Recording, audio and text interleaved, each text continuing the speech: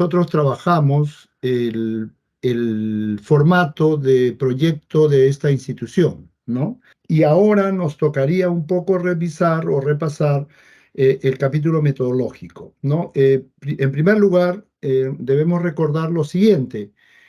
Cada institución, ojo, cada institución tiene su propio formato de proyecto de investigación. Ojo, proyecto de investigación. Cada institución tiene su propio formato de informe de investigación. Ojo que nosotros estamos en la etapa del proyecto. Yo imagino que ya la mayoría de ustedes, si no todos, espero, han desarrollado su trabajo de campo, han aplicado su instrumento de recolección de datos. Imagino, y tenemos esta semana, para todos aquellos que no han desarrollado su trabajo de campo, esta semana tendrán que hacerlo sí o sí. ¿Por qué? Porque la próxima semana ya empezamos definitivamente con el trabajo del informe de investigación.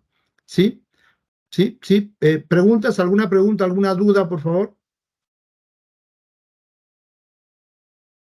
Ya, ok. Bueno, ya. Sí, buenas noches con todos y continuamos. A ver. Entonces, repito, el tema es que entendamos lo siguiente. Miren, miren lo que nosotros debemos tener muy presente. Es la siguiente información, por favor. Miren, nosotros manejamos dos etapas de una investigación. Ojo, manejamos dos etapas, tal vez tres, pero dos para no confundir mucho. La parte inicial, que sería el prospecto o proyecto de investigación, es el documento en el cual nosotros planteamos qué es lo que queremos investigar, dónde, cómo, cuándo, a través de qué instrumento, etcétera. Todo ese planteamiento de la investigación se llama proyecto. El formato que hemos colgado en la plataforma, el formato de proyecto de la investigación, es el formato que se usa en esta institución, en el pedagógico. ¿Sí? Ojo con eso. Repito, cada institución tiene su propio formato. Tal vez son parecidos, similares, no sé, pues muy iguales, no sé, pero cada institución tiene su propio formato, entre comillas, cursiva y rojita, oficial. ¿Ok? Cada institución tiene su propio formato. Hemos trabajado la sesión pasada el formato de esta institución. El día de hoy haremos un rápido recordaris de esto, ¿ok? Haremos un resumen muy breve, espero, para pasar al capítulo metodológico, que fue el que quedó pendiente, ¿sí? Ese capítulo quedó pendiente la sesión pasada. Muy bien, avanzamos, por favor. Hemos dicho que la base, el insumo o los insumos, en todo caso, para el proyecto de investigación son los documentos que hemos trabajado en clase. Y los documentos que hemos trabajado en clase son los que ustedes tienen aquí a la vista. Tenemos un documento, espero, en Word, donde está el planteamiento del problema, el cual termina con la pregunta de investigación y las preguntas específicas. Eso creo yo que no hay mayor duda, ya lo hemos discutido, hemos dicho hasta el cansancio, entre comillas, que ese documento no es otra cosa que una descripción de lo que yo observo en mi aula, ¿no? O sea, el grueso de ese documento, entre comillas, tiene que ser eso. No estamos hablando aquí de datos estadísticos, sí puede ponerlos. No estamos hablando de lo que dijo tal autor o tal teórico, no sé, la definición tal o la definición cual. No, no estamos hablando de eso. Sí puede ponerlos, pero la parte importante del planteamiento de la investigación, del planteamiento o descripción de la realidad problemática, es eso, la descripción de lo que yo observo en mi aula. Si yo hago 5 páginas, 4 páginas y media debe ser la descripción de lo que yo veo en el aula y media página del resto. Si yo quiero hacer, no sé, pues 2, 3 páginas de decir que esto pasa en Estados Unidos, en Europa, en Canadá, en México, Argentina, esto dice la UNESCO, esto dice tal autor, etcétera. Si yo hago 2 páginas o 3 páginas de eso, yo debo hacer 7 u 8 páginas de la descripción de lo que yo veo en mi aula. Ese es el punto de partida de la investigación en educación, no lo que dice tal o cual autor. La investigación educativa parte de lo que yo observo en mi aula. De eso partimos. ¿Ok? Muy bien. Ya tenemos ese documento. Ya tenemos ese documento. Luego tenemos el sistema de hipótesis, que también ya lo tenemos, ¿no? Ya lo hemos trabajado, hemos desarrollado, ¿ok? Y eso ya lo tenemos nosotros en otro documento. Bueno, si está en el mismo también no hay problema, pero luego tenemos lo que nosotros llamamos marco teórico en el formato. No se llama marco teórico, recuerde, en el formato se llama revisión bibliográfica, pero ya lo tenemos, ¿no? 4 textos, 4 citas mínimo, pueden haber más, obviamente, pero 4 citas, 4 referencias marcadas, serias, completas, que expliquen qué es la variable que queremos investigar, ¿ok? ¿Se entiende? Y luego a continuación ya hemos dicho un texto explicativo, texto que yo trabajo por mi cuenta, entre comillas, el cual yo voy a utilizar como contraparte de lo que yo estoy citando, ¿ya? De lo que yo estoy citando, de los documentos que yo estoy citando. Luego viene el tema de la operacionalización, que ya hemos trabajado también ese tema, ya lo tenemos, y a partir de ese proceso de operacionalización, recuerden, ¿qué es lo que obtenemos? Obtenemos el instrumento de recolección de datos. Instrumento de recolección de datos. Es decir, la encuesta, la ficha de observación, la lista de cotejo, no sé, lo que usted vaya a utilizar. Ya lo tenemos. ¿Ok? Es decir, la operacionalización de mis variables, de mis 2 variables, me permite tener mi instrumento de recolección de datos. Usted ya ahí dirá, bueno, voy a hacer una encuesta, voy a hacer una entrevista a profundidad, o una encuesta y una entrevista, voy a hacer una encuesta y una ficha de observación, no sé, todo lo que usted necesite para recabar la información para su investigación. Eso ya lo tenemos. A partir de eso hemos dicho, vamos a trabajar, bueno, esto era lo que hemos visto en la clase pasada, vamos a trabajar el formato de la institución. Es decir, cómo, entre comillas, ya convierto lo que tengo al formato de proyecto de investigación del pedagógico. Eso es lo que queremos hacer ahora. Paso número 1, el título. El título hemos repetido, disculpen la expresión, hasta el cansancio, hemos repetido hasta el cansancio, que en el título solo van algunas cosas puntuales. Las variables, obvio, son 2, hay que mencionar las 2 variables. El distrito o la ubicación geográfica, el distrito y el año. Es todo lo que se necesita en un título. Acá el ejemplo que nosotros hemos puesto es el subrayado y la comprensión lectora en Los Olivos 2019, por ejemplo. Las 2 variables, el distrito y el año. Es todo lo que necesitamos. Las 2 variables, el distrito y el año. ¿Sí?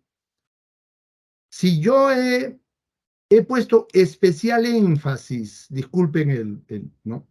Yo he puesto especial énfasis en indicar que solo pedimos las 2 variables, el distrito y el año, yo no entiendo qué tan difícil es escribir las 2 variables, el distrito y el año, y hay gente que me ha escrito su título, todo su objetivo, todo el objetivo.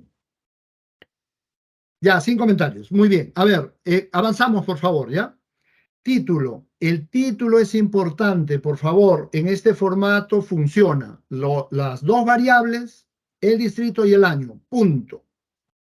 Luego viene un resumen del proyecto que usted tiene que hacer lo más corto posible, lo más pequeño posible, un párrafo donde diga qué es lo que quiere investigar, cómo lo va a investigar, dónde lo va a investigar y cuáles serían los resultados de esa investigación.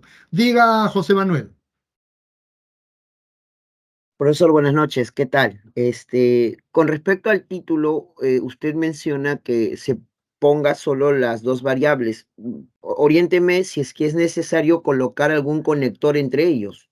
Ah, no, Por ejemplo, es posible poner una coma, es posible poner una i, ¿no? Como en el ejemplo que está aquí, ¿no? Los ejemplos, el ya. subrayado y la comprensión lectora en Los Olivos 2019, ¿ya? Ya. Podría ser el subrayado, coma, comprensión lectora en Los Olivos. Es válido, ¿ya? Pero la idea es mencionar las dos variables, el distrito directamente y el año. ¿Ya? Eh, Ojo profe- con lo del distrito.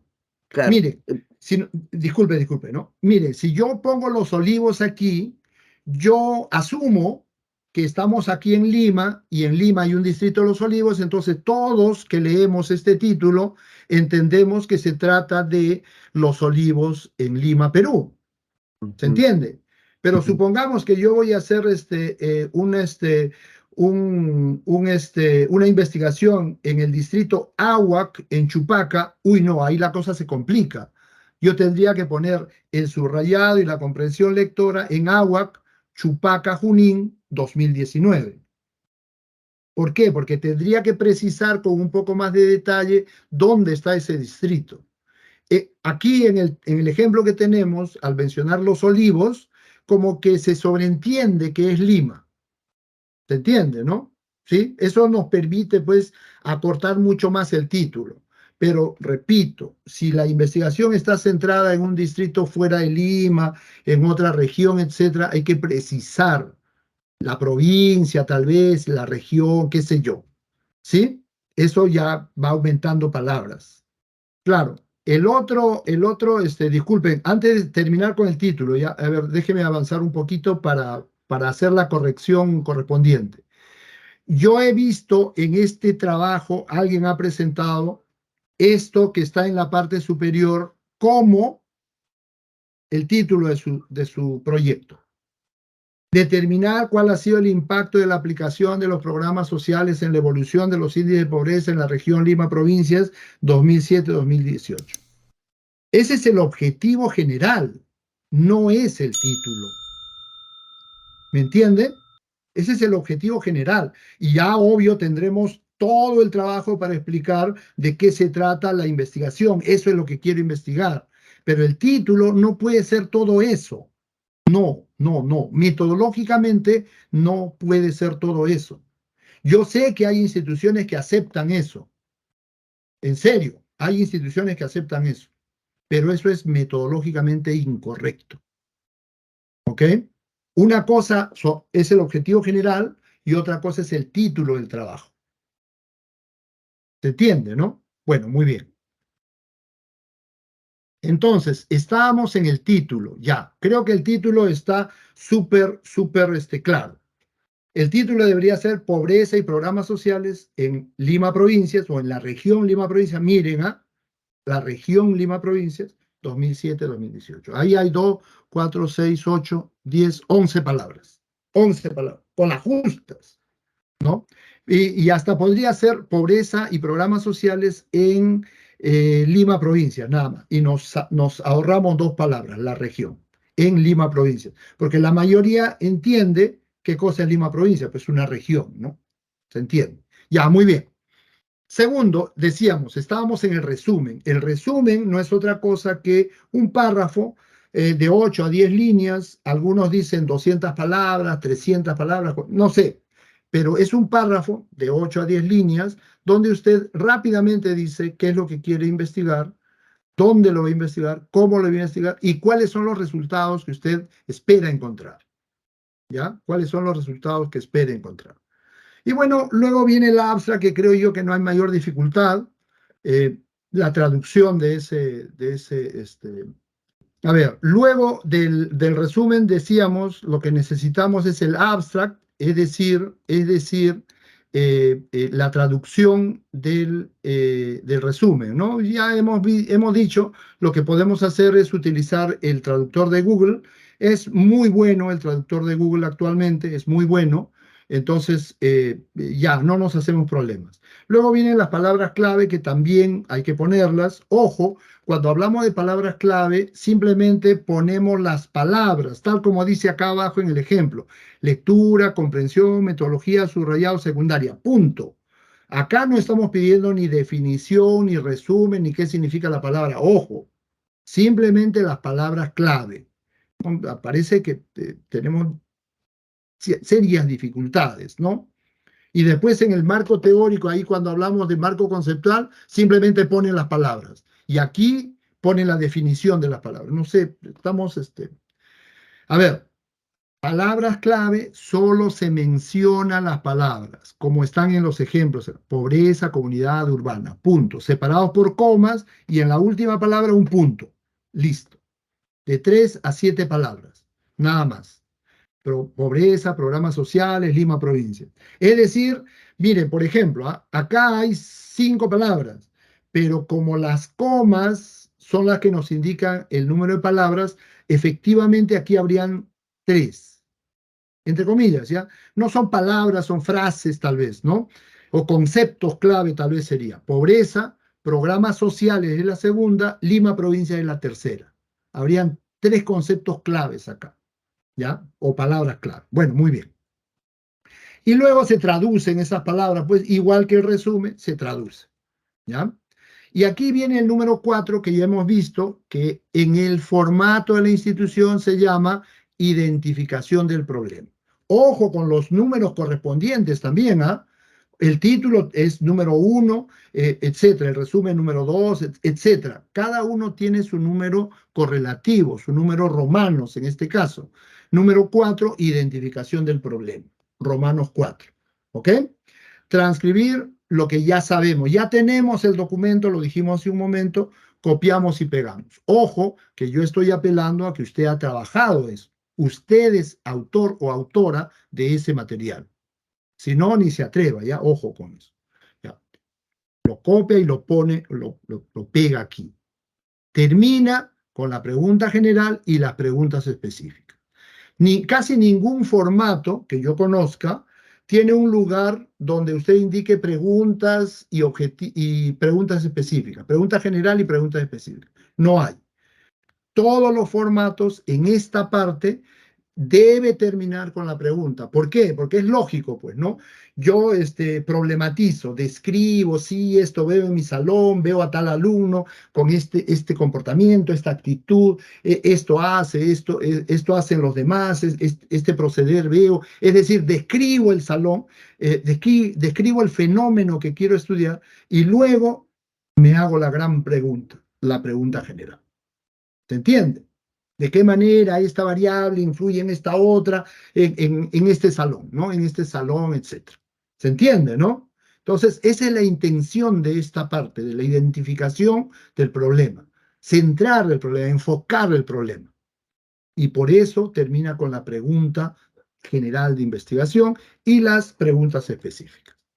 Luego viene una parte que ya también lo dijimos, la justificación del problema o la justificación de la investigación, ¿no? Para ponerlo más claro, pero se llama aquí justificación de la investigación, perdón, del problema. Acá hay 2 cosas que debemos mencionar, empezando nada más. La primera cosa que debemos mencionar, o la primera razón que justifica esta investigación, es cuáles son las razones para hacer esta investigación. Ojo, no estamos hablando de los objetivos. Ojo, son 2 cosas diferentes. Son 2 cosas diferentes. Menciono por qué hago la investigación. Incluso yo he visto proyectos de investigación o proyectos de tesis, si quieren decirlo así. La razón principal por la que hago esta investigación es porque quiero sustentar mi tesis de grado o mi tesis de titulación. Esa es la razón, pues, ¿no? No la voy a ocultar. ¿Se entiende? Pero, ojo, hay gente que acá parece que tiene dificultades para entender, me menciona nuevamente los objetivos, el objetivo general y objetivos específicos de su investigación. No. Una cosa es qué quiero hacer yo en la investigación y otra cosa muy diferente es por qué lo quiero hacer. ¿Se entiende, no? Entonces, a ver, ¿por qué haría yo una investigación educativa? Porque me interesa que mis alumnos aprendan mejor y me parece que estudiando este tema yo podría ayudarlos a mejorar en tal sentido. Por ejemplo, es una idea. Usted ya ve, usted debe tener una razón principal por qué hace esta investigación. ¿Se entiende, no? Se entiende. Y la segunda cosa que yo debo mencionar aquí en la justificación es para qué y tal vez quién o quiénes, para qué van a servir los resultados de esta investigación. Tiene que ver con lo que acabo de mencionar, pero miren, ojo, la idea es quién podría hacer algo con estos resultados. A ver, pensemos un momentito en el subrayado y la comprensión lectora. Supongamos, ustedes son de primaria, algunos, supongamos que el método del subrayado mejora la comprensión lectora. Supongamos.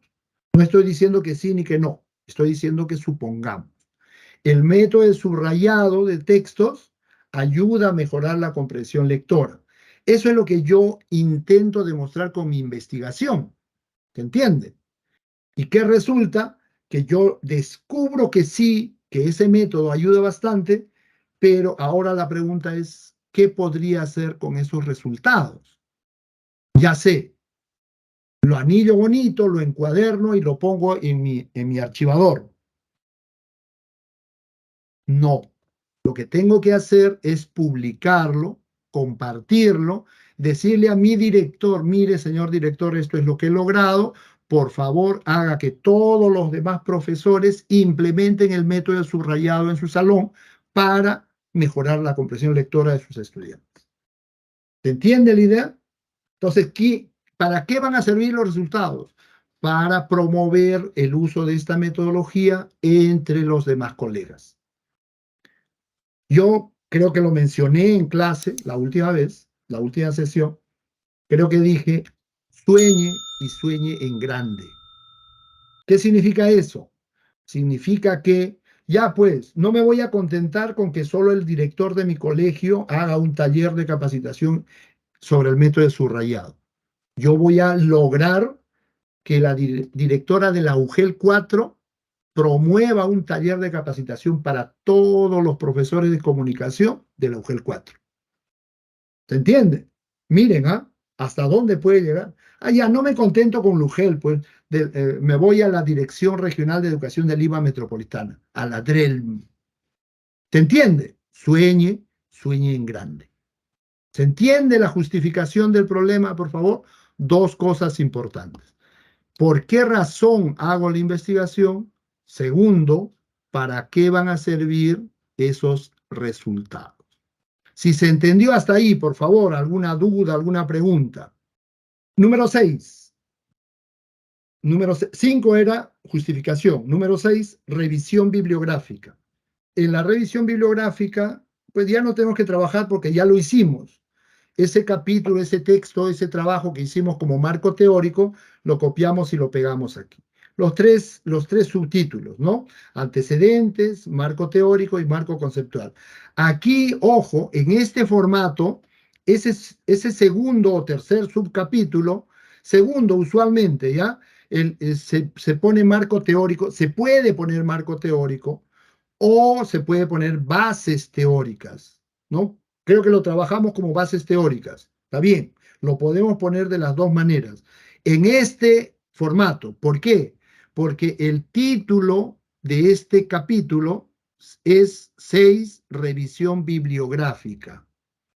Si en otro formato se llama marco teórico ese capítulo, y entonces un subtítulo no puede ser marco teórico. Por esa razón se trabaja como bases teóricas.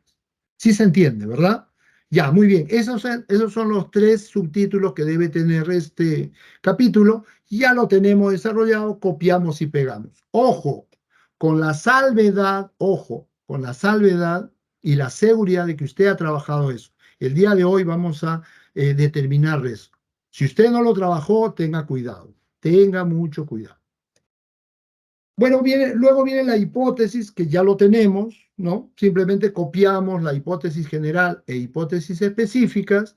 Número 8, objetivos, también copiamos objetivo general y objetivo específico. Ya lo tenemos en el sistema de hipótesis, ¿ok? Luego viene este capítulo que lo vamos a revisar con detenimiento en un momento. Luego viene el número 10. Ojo con los números, por favor. Número 10, referencias, es decir, las referencias bibliográficas que hemos utilizado en el trabajo. No toda la bibliografía que hay sobre el tema, ojo, no. Se ponen los trabajos que han sido mencionados en el trabajo, ¿no? Eso significa que usted solo va a poner los textos en los cuales se ha basado. Si por ahí ha citado a 4 autores deberían. Si por ahí ha citado a 40 autores, los 40 deben estar aquí. Las citas completas, ¿ya? Referencias. Y es más, habíamos dicho en clase, me parece, en alguna sesión anterior, que este capítulo se puede subdividir, puede tener subtítulos, ¿ya? Subtítulos, hasta tres subtítulos. El primer subtítulo sería, no sé si, inclusive sin número, puede ser referencias bibliográficas. Cuando hablamos de referencias bibliográficas, estamos hablando solo de documentos como libros, etcétera. ¿Ok? Libros publicados, tesis, qué sé yo, referencias bibliográficas.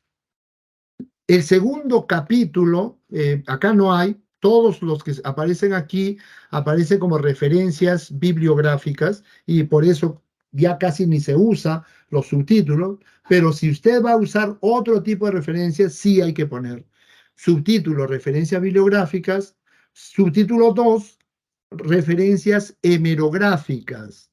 Y eso significa, eso se usa, perdón, si usted ha citado revistas de publicación periódica, así como las revistas pues, que salen en los kioscos de periódicos, o diarios de circulación masiva.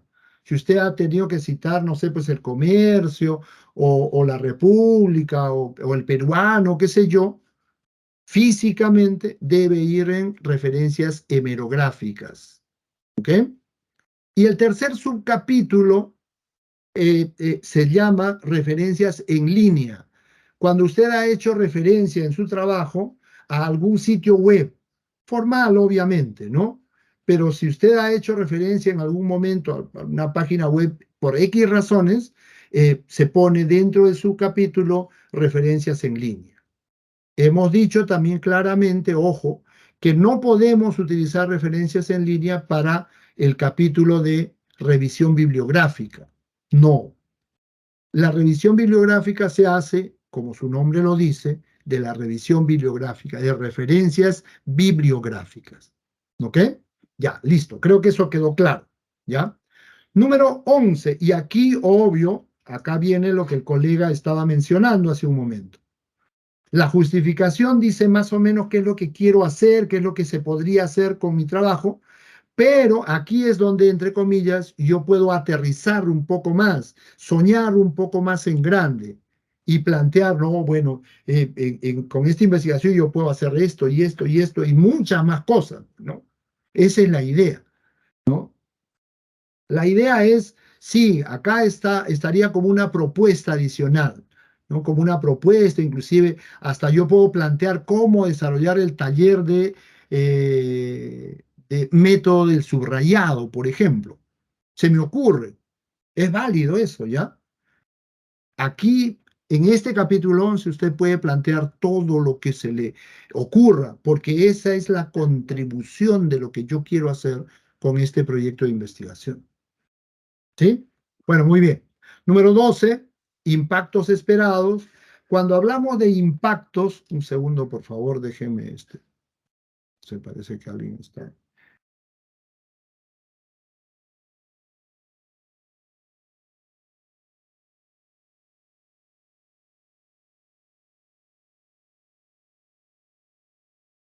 Cuando hablamos de impactos, estamos hablando de números o datos medibles, ¿ok? Ojo, cuando hablamos de impactos, estamos hablando de datos medibles.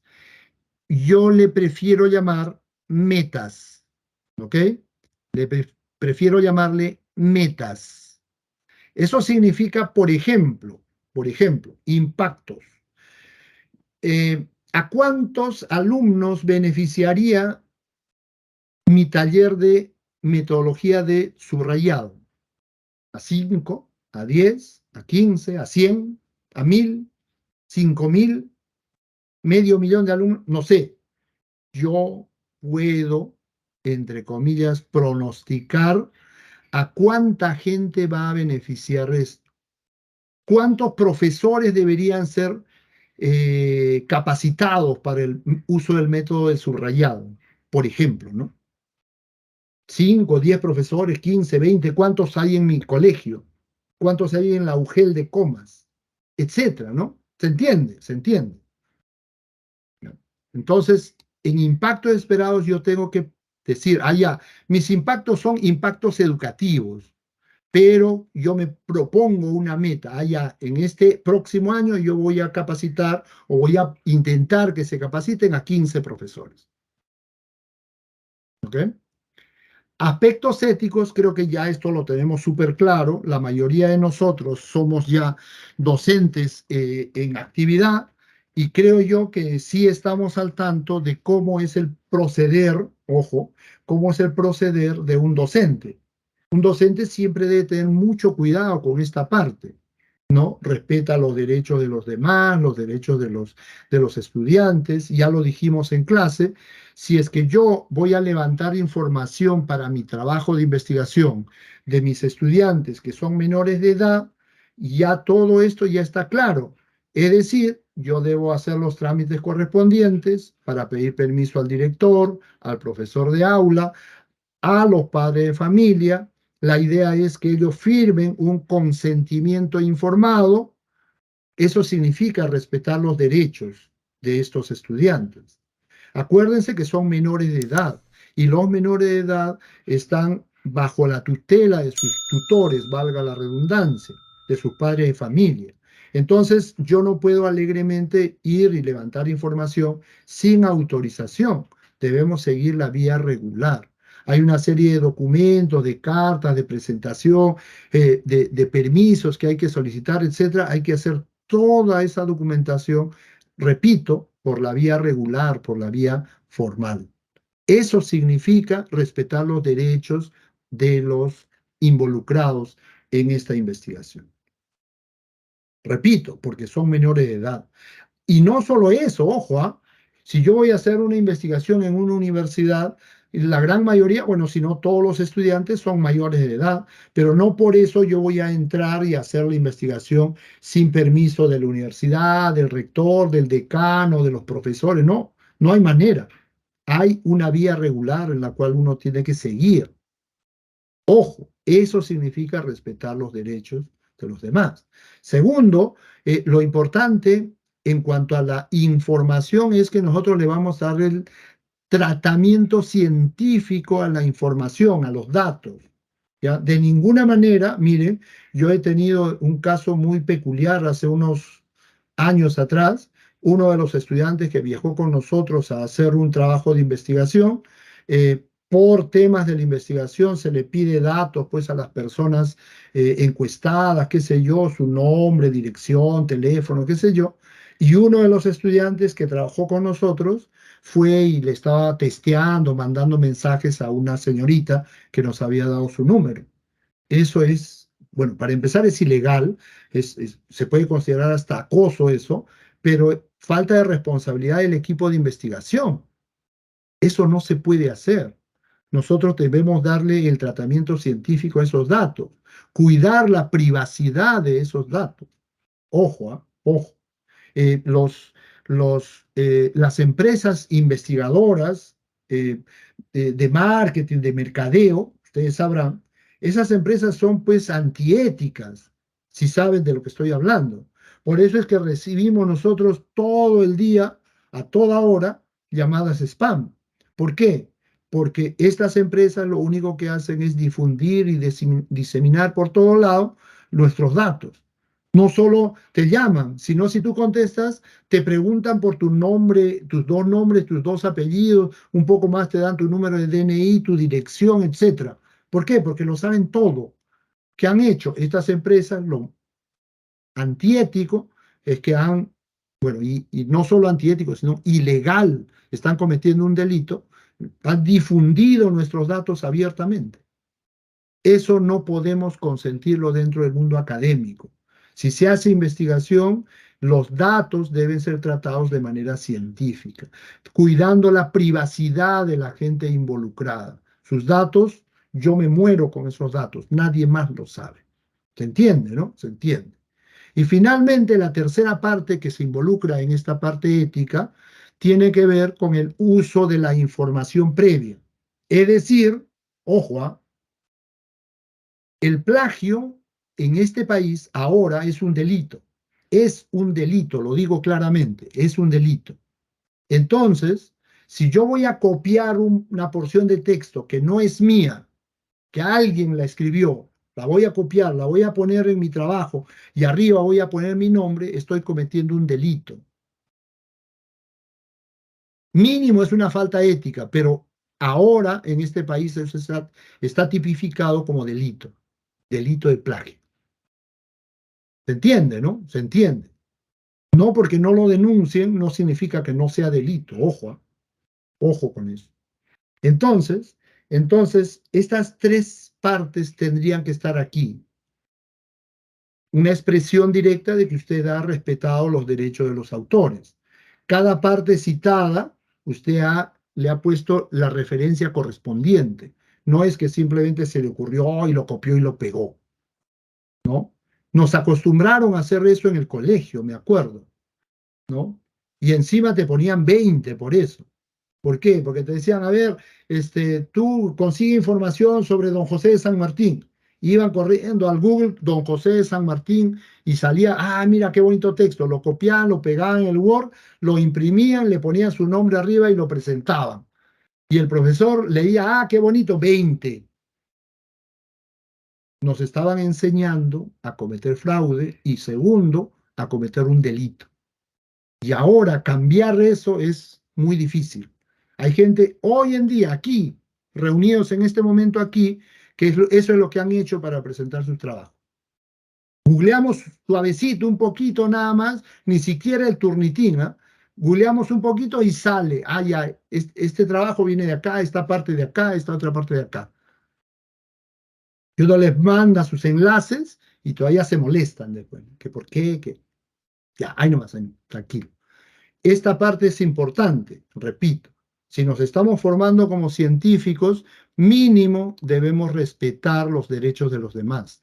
Y respetar los derechos de los demás significa que usted debe respetar la autoría de los textos. Pero profesor, en Internet sí, pues ya hemos hablado de eso, ¿no? Hay cientos de páginas que tratan sobre las variables que yo trabajo, pero no significa que esos sean textos libres para usar y ponerle mi nombre. Yo les he dicho, lo que eso significa es que esa página web le ha pirateado, le ha plagiado ese material a alguien y no le da el crédito correspondiente. Y lo que usted está haciendo, si es que copia eso, es contribuir con ese delito. ¿Se entiende, no? Ojo con eso, ¿ya? Ojo con eso. Muy bien. En recursos necesarios dijimos que se incluyen los recursos humanos, ¿no? Los recursos humanos y también hablamos acerca del hecho de que en una investigación hay más personas involucradas de las que pensamos, ¿no? En una investigación real o en una tesis, por ejemplo, que es el caso de algunos de ustedes que ya están pensando en tesis, hay más de una persona involucrada, ¿no? Y no estoy hablando de sustentar tesis entre dos personas, estoy hablando de sustentar una tesis individual.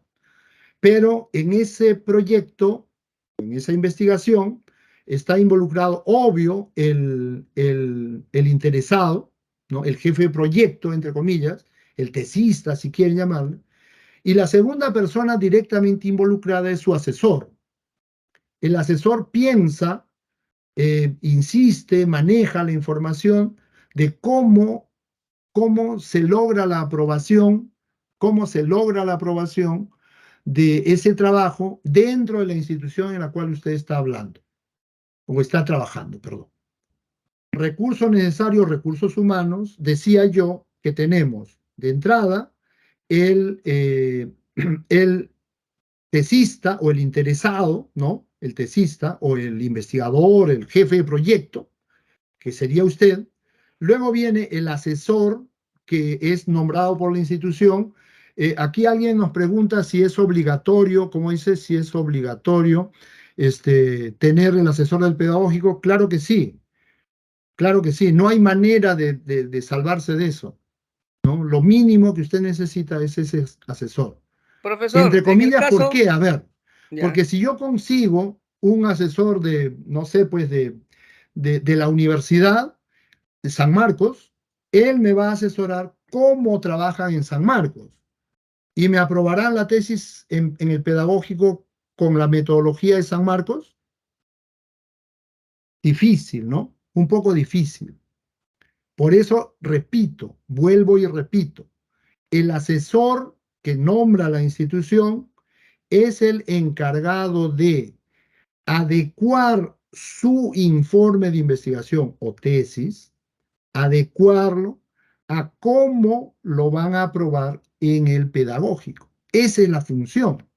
Si usted me dice, no, yo conozco al viceministro de Educación y del Wexler, él me va a asesorar, yo conozco a la ex ministra de Educación, la profesora Marten, ya, pero igual, pues, por más duchos que sean en educación, no van a saber ellos, los asesores externos, no van a saber cómo van a adecuar su trabajo para que lo aprueben en el pedagógico.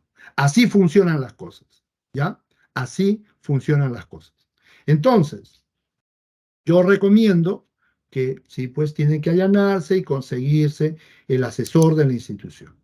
Pero adicionalmente a ese asesor, repito, ojo, usted es libre, ¿no? Es libre de conseguir su asesor metodológico, por ahí debe haber alguien que maneje metodología de la investigación, conseguir su asesor estadístico, si necesita hacer estadística. A veces algunas investigaciones son muy simples, entonces pues es con cierto nivel de manejo de matemáticas, pasamos. Pero a veces se necesita alguien que nos ayude un poquito más. A veces necesitamos un asesor en ciencia de la computación. ¿Por qué? Porque no solo voy a utilizar estadística, sino voy a usar Excel, voy a usar SPSS, no sé. Entonces necesito un asesor, alguien que me trabaje esa parte. Alguien que me diseñe los gráficos, los cuadros, qué sé yo. ¿No? ¿Se entiende? Miren a todas las personas que van surgiendo. Y finalmente, ya rematando, ¿no? Ya rematando, hay por lo menos 3 personas más involucradas. Esas 3 personas se llaman jurado informante. El jurado informante, ya cuando usted presenta su borrador de tesis, su primer borrador, su primer anillado, usted presenta y esos 3 jurados informantes revisan su trabajo, ¿no? Revisan su trabajo. Y ahí comienzan las observaciones. Cada uno de ellos hace una serie de observaciones y usted tiene que levantar esas observaciones. Es decir, hacer las correcciones que estos informantes le sugieren, ¿no? En la mayoría de los casos aquí, sí, pues la mayoría de las correcciones son de forma, algunas de fondo, y principalmente tiene que ver con algunas definiciones básicas que a veces se nos escapan, ¿no? Entonces, el jurado informante lo que hace es, muy buena tesis, pero corrige esto, cambia esto, actualiza esto, qué sé yo. ¿Me entienden? Y usted tiene que hacerle caso a esas correcciones.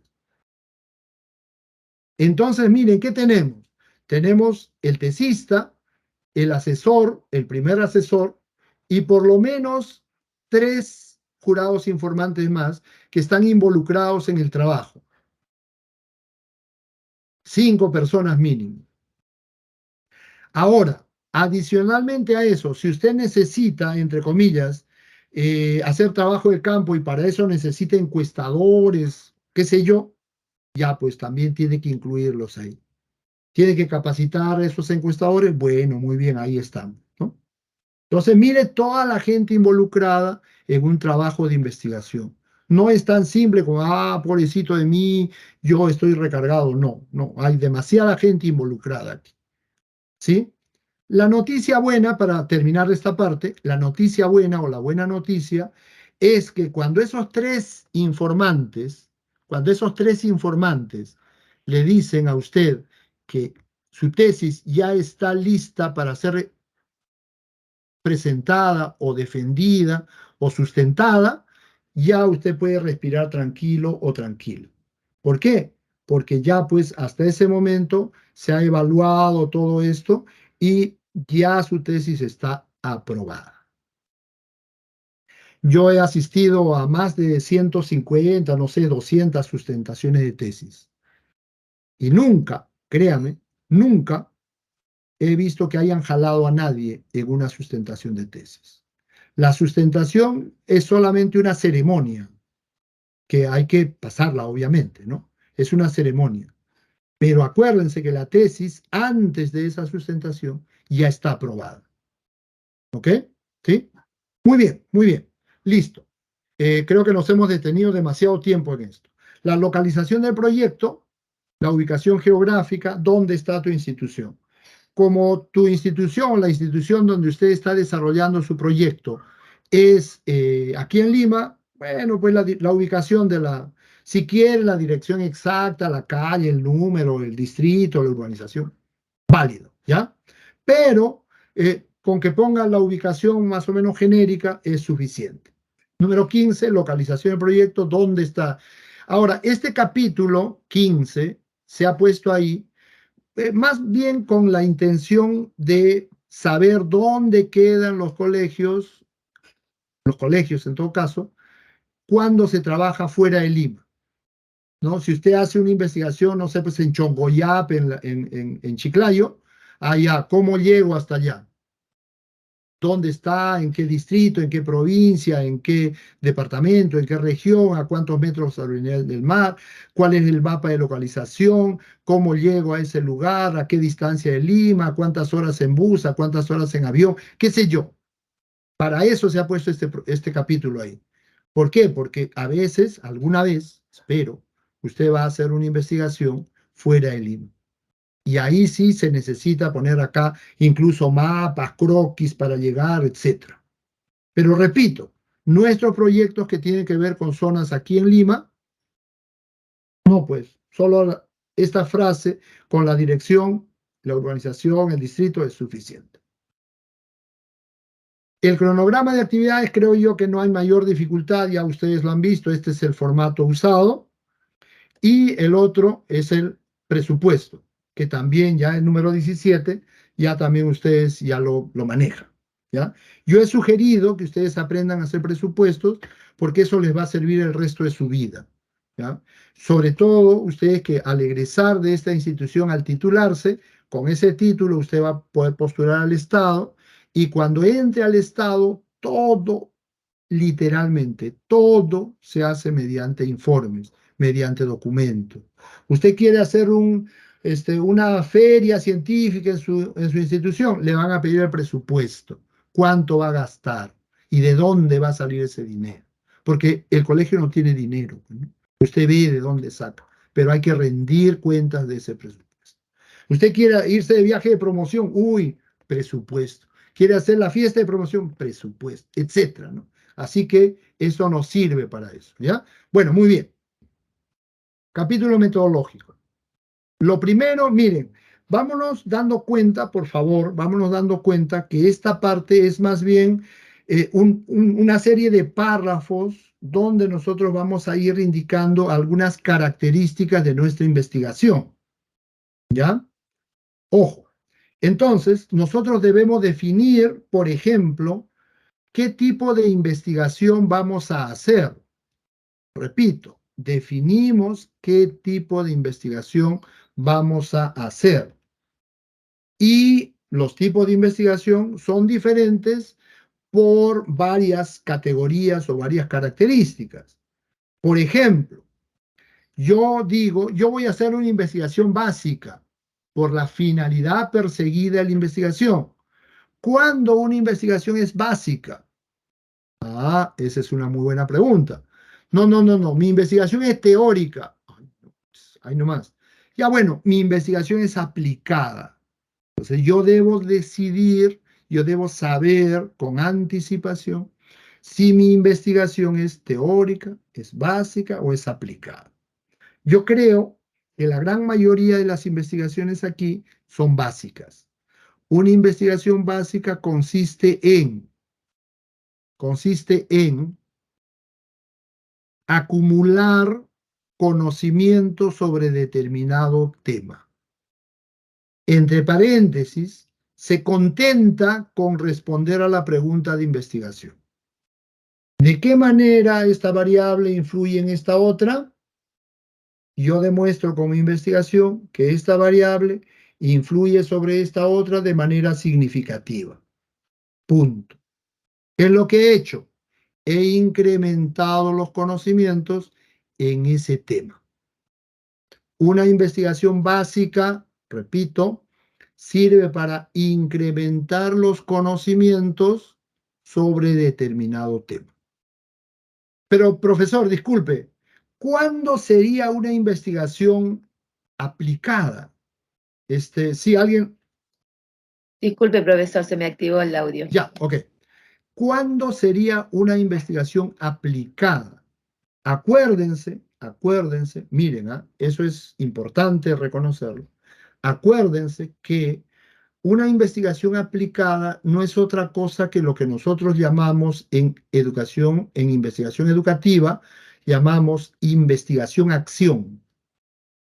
Y una investigación-acción intenta por lo menos registrar algún cambio en la población estudiada.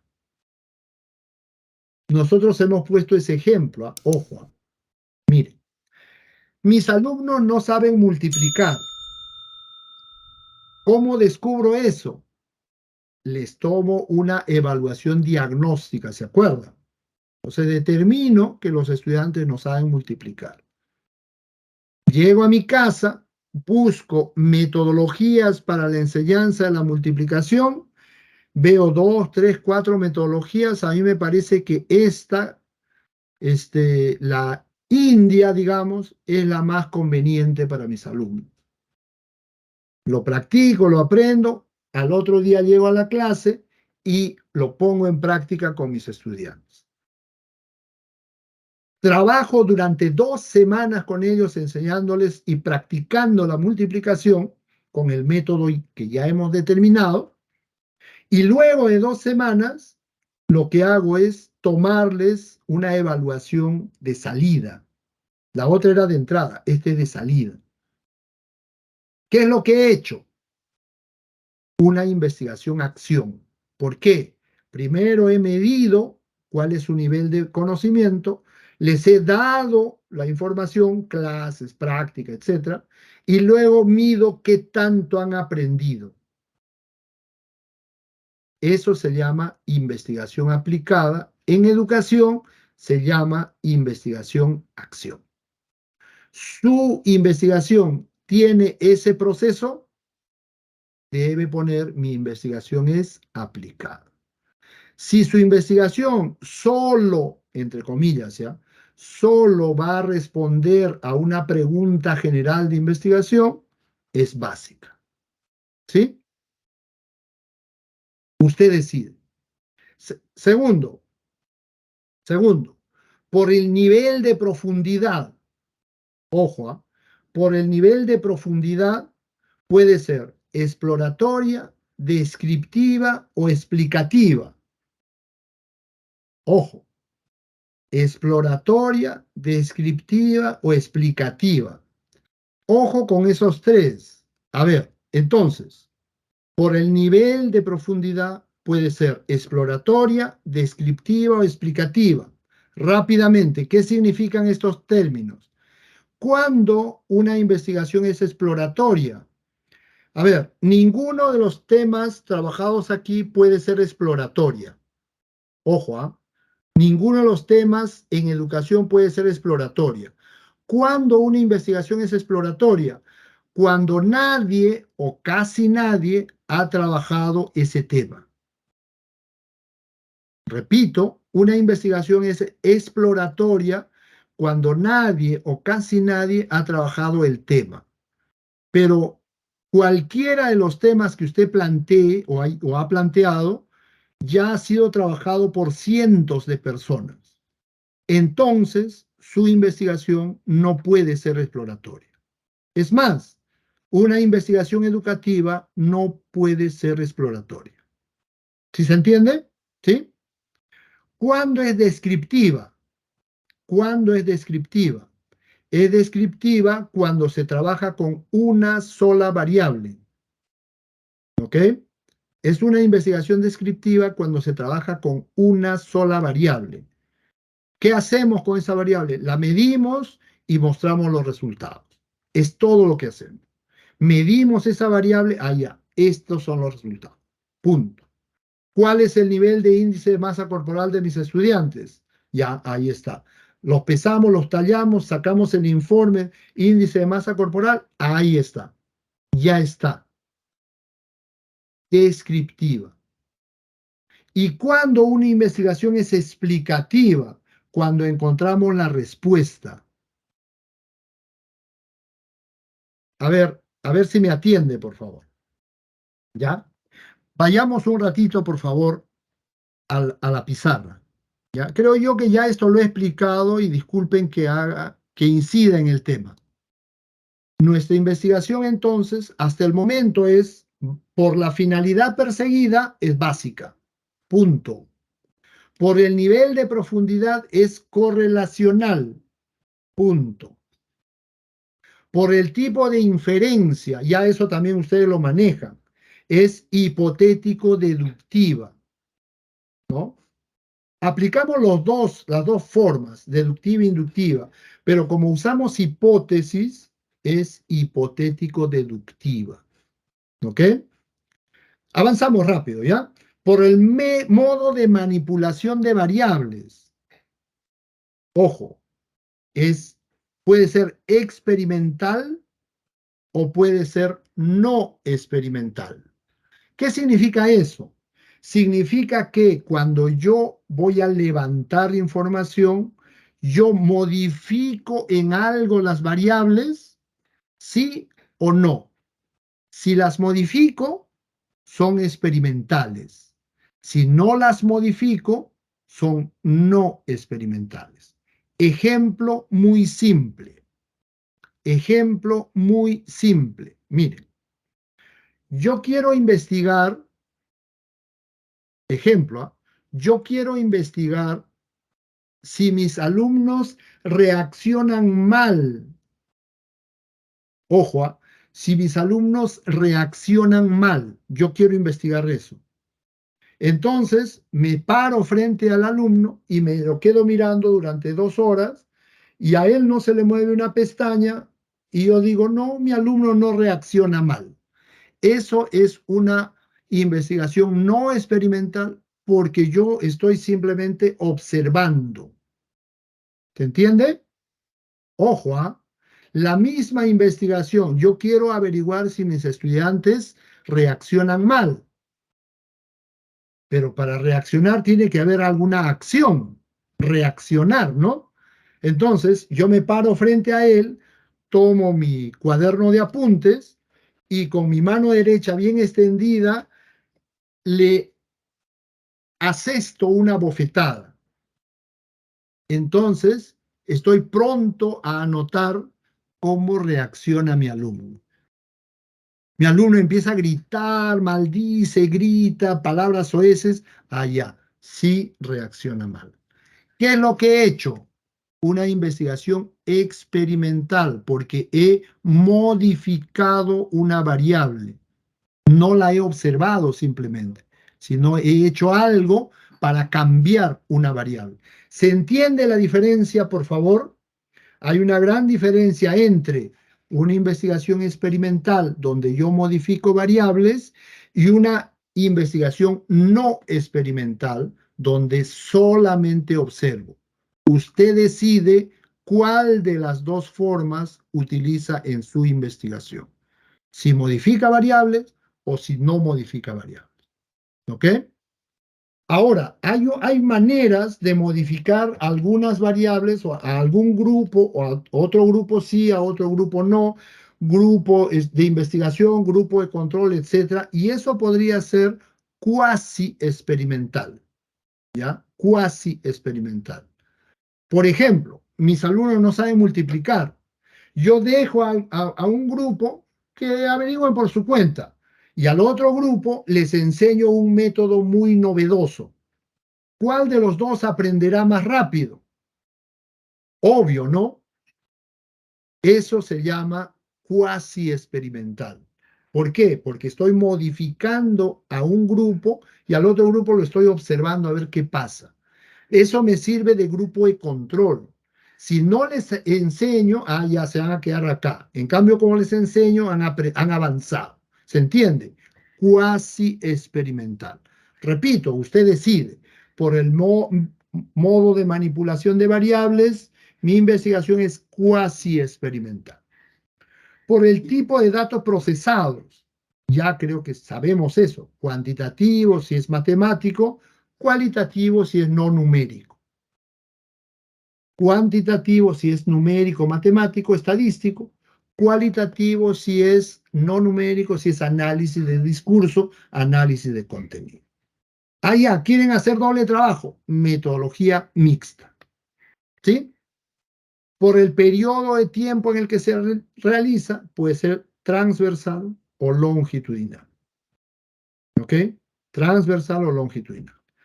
A ver, una investigación es transversal y es fácil, ojo, es fácil determinar si mi investigación es transversal o longitudinal. Es fácil determinar. ¿Cómo determinamos? Respondiendo a una sola pregunta. ¿Cuántas veces, cuántas veces, obvio, durante esta investigación, ¿no?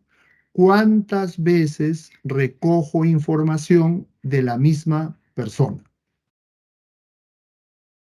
Repito, ¿cuántas veces recojo información de la misma persona? Si la respuesta es una sola vez, es una investigación transversal. Si la respuesta es dos o más, ya es longitudinal. ¿Se entiende? Si la respuesta a esa pregunta, ¿cuántas veces recojo información de la misma persona? Es esa es una investigación transversal. Punto. Si la respuesta es 2, 3, 5, no sé, más veces, 2 o más veces, es una investigación longitudinal en el tiempo. Pienso yo que con esto ya está súper claro todo lo que necesitan. Resumiendo, mi investigación por la finalidad perseguida es básica, por el nivel de profundidad correlacional, por el tipo de inferencia hipotético-deductiva, por el modo de manipulación de variables cuasi experimental, por el tipo de datos procesados cuantitativo, por el periodo de tiempo en que se realiza transversal. Punto.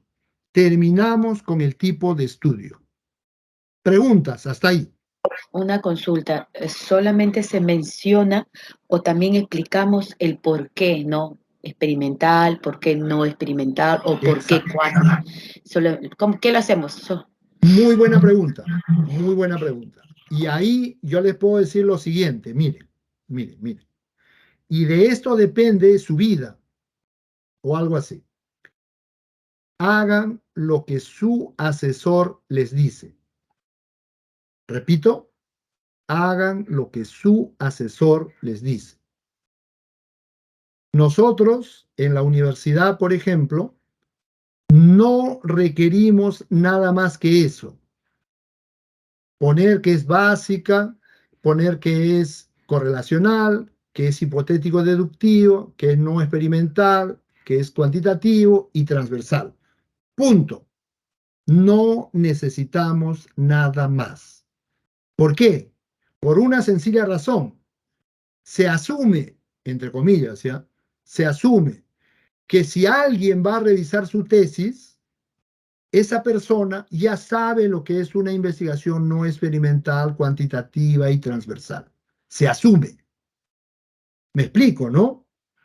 Si alguien va a revisar su tesis, ya sabe lo que eso significa. Pero hay instituciones que te dicen, no, si tú pones que es no experimental, tienes que poner abajo una cita bibliográfica definiendo qué cosa es una investigación no experimental. Si su asesor les dice que necesitan eso, pongan. ¿Me explico? ¿Sí? Yo no les voy a Profesor, decir ¿podría que uno regresar es a la correcto otra y que el parte? otro no. Lo que les estoy diciendo es que hagan caso a su asesor. Muy bien. Entonces, ya con esto hemos terminado, entre comillas, con esas 6 características, hemos terminado el tipo de investigación que queremos hacer. ¿Ya? Con esas 6 características. Y repito, para el trabajo que ustedes deben presentar aquí, ustedes solo necesitan poner que es A, B, C, D, E, F. Punto. El profesor que ya revisa su trabajo sabrá qué cosa es no experimental, qué cosa es cualitativa, o sabrá ya qué cosa es mixta, etc. ¿Se entiende? Yo no necesito que me digan qué cosa es qué. Pero si para su tesis, qué sé yo, su asesor le dice, no, debes poner, pónganlo. Si tu asesor te dice, no, no lo pongas, y después el jurado informante te revisa y te dice, no, tiene que poner, ponle pues, ¿no? ¿Se entiende, no? Se entiende, ya esas son decisiones. Sí se entiende, teacher, solamente ponerlo nada más. Ellos tienen que Sí, revisar claro, el claro. proyecto. Ajá. Muy bien. Para eso usted debe tener a la mano su libro de metodología, ¿ya? Que yo les he compartido muy de buena gana, y usted simplemente cita ese libro y pega pues el texto correspondiente. Listo. Hablemos del diseño. Cuando hablamos de diseño, estamos hablando del tema cómo voy a desarrollar la tesis, la investigación, en el sentido de qué pasos voy a dar para eso. ¿Ya? Y aquí, más o menos, lo que usted debería tener en mente es más o menos qué es lo que yo voy a hacer, no precisamente en el tema investigativo, sino en todos los procesos que yo debo dar, que tal vez he considerado en el cronograma, pero para desarrollar la tesis. Y aquí la pregunta clave es cómo voy a llevar a cabo, y esas 3 etapas tienen que ver con la recolección. Es decir, qué instrumento voy a usar y cómo he generado ese instrumento. Es aquí donde va la matriz de operacionalización. ¿Por qué? Porque esa matriz me indica cómo ha logrado usted crear su instrumento de recolección de datos. ¿Se entiende? El proceso de recolección lo voy a desarrollar con un cuestionario que es el resultado del proceso de operacionalización. Y aquí pongo la matriz de operacionalización. Luego viene el tema de cómo voy a medir las variables. Es decir, estadísticamente, cómo los voy a medir, cómo significa, qué significa tal cosa, etc. Y finalmente, cómo voy a analizar los datos. ¿Qué voy a utilizar para analizar los datos? Estadística básica, estadística inferencial, no sé, pues, correlación de Pearson, de Spearman, no sé, la tabla chi cuadrado, la tabla test, no sé, ya esos procesos estadísticos ya a estas alturas ustedes ya las deben manejar. El otro tema, que no es tan complicado, dicho sea de paso, es el tema de la población y la muestra. Debemos cumplir con esta parte, sí, todas las tesis, incluyendo a las tesis educativas, requieren este subcapítulo de población y muestra. Población y muestra, en el sentido de que yo tengo que indicar con qué población estoy trabajando, algunos le llaman universo, población, universo, y cómo calculo la muestra. Ya ustedes saben que para calcular la muestra hay una fórmula, ¿no? Usted puede indicar allá la fórmula que usamos es esta, pero acuérdense que ya no es tan necesario eso de aplicar la fórmula, ya no es tan necesario. ¿Por qué? Porque cuando nosotros aplicamos la fórmula, tenemos pues que hacer todo un proceso matemático y ya usted tiene aquí la fórmula. Lo que nos conviene, entre comillas, para este tema es lo siguiente. Ya, listo, perfecto. Acá tenemos algunos otros ejemplos, ya. Y finalmente, lo último que nos toca poner aquí, bueno, no lo último, lo penúltimo tal vez, tiene que ver con las técnicas e instrumentos de recolección de datos. Más o menos lo que decíamos hace un momento, pero aquí yo indico que mi variable por ejemplo, mi variable era método de subrayado. ¿Cómo voy a medir? A partir de una encuesta y el instrumento sería un cuestionario o una ficha de observación. ¿Por qué? Porque yo voy a verificar que mis alumnos estén aplicando permanentemente el método del subrayado. ¿Ok? Una ficha de observación. ¿Y dónde va a ser la aplicación? En el colegio tal, pues, ¿no? En la institución donde se desarrolla la investigación, en el aula del 5º grado de educación secundaria, qué sé yo, el ámbito de aplicación. Esos 4 datos deben estar presentes. El nombre de la variable, la técnica, si es encuesta o entrevista, el instrumento, si es una encuesta, es un cuestionario, una ficha de observación, una lista de cotejo, no sé, lo que usted quiera. Si es una entrevista, el instrumento es la guía de entrevista y el ámbito de aplicación, el lugar donde desarrolla la investigación. Institución educativa tal, el salón Los Ositos, de inicial, qué sé yo. ¿Ok? Sí se entiende, ¿verdad? Este cuadro debe replicarse para una variable y para la otra variable. Es decir, deben haber 2 cuadros de este tipo. Para la primera variable, que es método de subrayado, y para la otra variable, que es comprensión lectora. ¿Cómo mido comprensión lectora? Ya también pues habrá manera, ¿no? Ya listo, eso ya lo sabes. Y finalmente, ya rematando, el método de análisis de datos. Simplemente usted debe indicar cómo va a determinar o cómo va a medir o cómo va a analizar los datos. ¿Ya? ¿Cómo va a analizar los datos?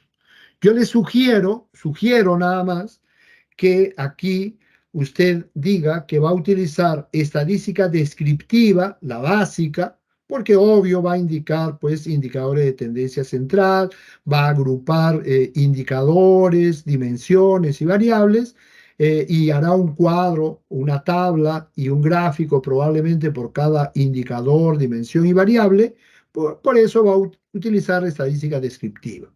Va a usar promedios, modas, qué sé yo, ¿no? Todo lo que tiene que ver con estadística descriptiva.